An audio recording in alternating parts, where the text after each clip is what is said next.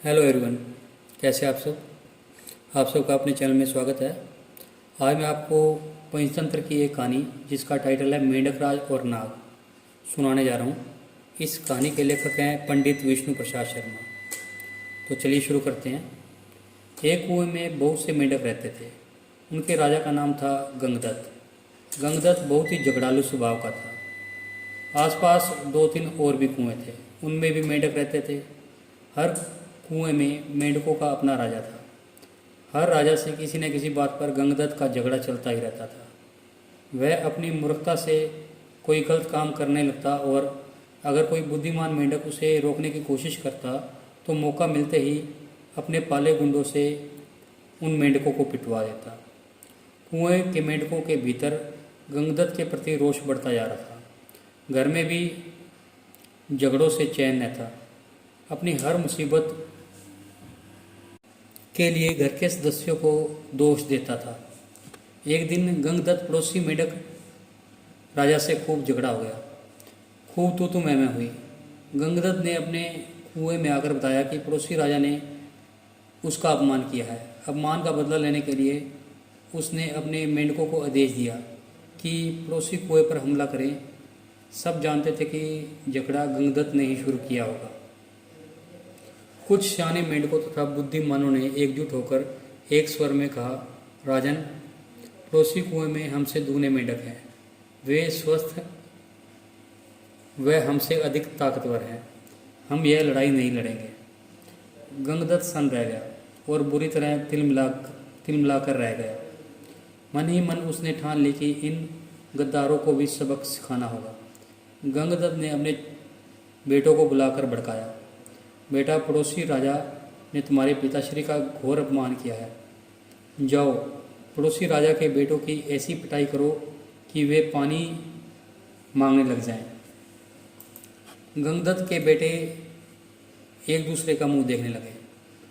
आखिर बड़े बेटे ने कहा, पिताश्री, आपने कभी हमें डराने की इजाज़त नहीं दी। डराने से ही मेंढकों में बल आता है, हौसला आता है और जोश आता है। आप ही बताइए कि बिना हौसले जोश के हम किसी की क्या पिटाई कर पाएंगे।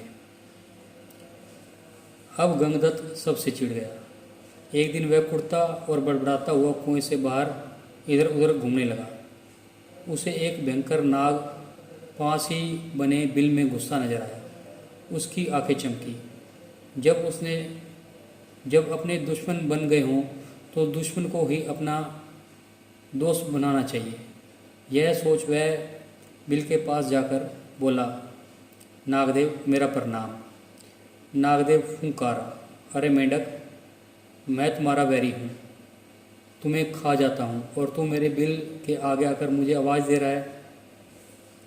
गंगदत्त डराया, हे नाग, कभी कभी शत्रुओं से ज़्यादा अपने दुख देने लगते हैं। मेरी अपनी जाति वाले और सगों ने इतना घोर अपमान किया है कि उन्हें सबक सिखाने के लिए मुझे तुम जैसे शत्रु के पास सहायता मांगने आना पड़ा। तुम मेरी दोस्ती स्वीकार करो और मज़े करो। नाग ने बिल से अपना सिर बाहर निकाला और बोला, मज़े? कैसे मज़े? गंगदत्त ने कहा, मैं तुम्हें इतने मेंढक खिलाऊंगा कि तुम मुटाते मुटाते अजगर बन जाओगे। नाग ने शंका व्यक्त की, पानी में मैं जा नहीं सकता, पकड़ूंगा कैसे इन मेंढकों को? गंगदत्त ने ताली बजाई, नाग भाई, यही तो मेरी दोस्ती तुम्हारे काम आएगी। मैंने पड़ोसी राजाओं के कुओं पर नज़र रखने के लिए अपने जासूस मेंढकों से गुप्त सुरंगें खुदवा रखी हैं। हर कुएं तक उनका रास्ता जाता है। सुरंगें जहाँ मिलती हैं वहाँ एक कक्ष है। तुम वहाँ रहना और जिस मेंढक को खाने के लिए कहूँ उसे खाते जाना। नाग गंगदत्त की दोस्ती के लिए तैयार हो गया क्योंकि उसमें उसी का लाभ था। एक मूर्ख बदले की भावना में अंधे होकर अपनों के दुश्मन के पेट के हवाले करने को तैयार हो गया और दुश्मन क्यों न इसका लाभ उठाए। नाग गंगदत्त के साथ सुरंग कक्ष में जाकर बैठ गया। गंगदत्त ने पहले सारे पड़ोसी मेंढक राजाओं और उनकी प्रजाओं को खाने के लिए कहा। नाग कुछ सप्ताहों में सारे दूसरे कुओं के मेंढकों और सुरंगों के रास्ते जाकर उन सबको खा गया। जब सब समाप्त हो गया तो नाग गंगदत्त से बोला, अब किसे खाऊं, जल्दी बता। 24 घंटे पेट फुल रखने की आदत पड़ गई है। गंगदत्त ने कहा, अब मेरे कुएं के सभी सियाने और बुद्धिमान मेंढकों को खा जाओ। वह खाए जा चुके तो प्रजा की बारी आई। गंगदत्त ने सोचा, प्रजा की ऐसी की तैसी हर समय कुछ न कुछ शिकायत करती रहती है।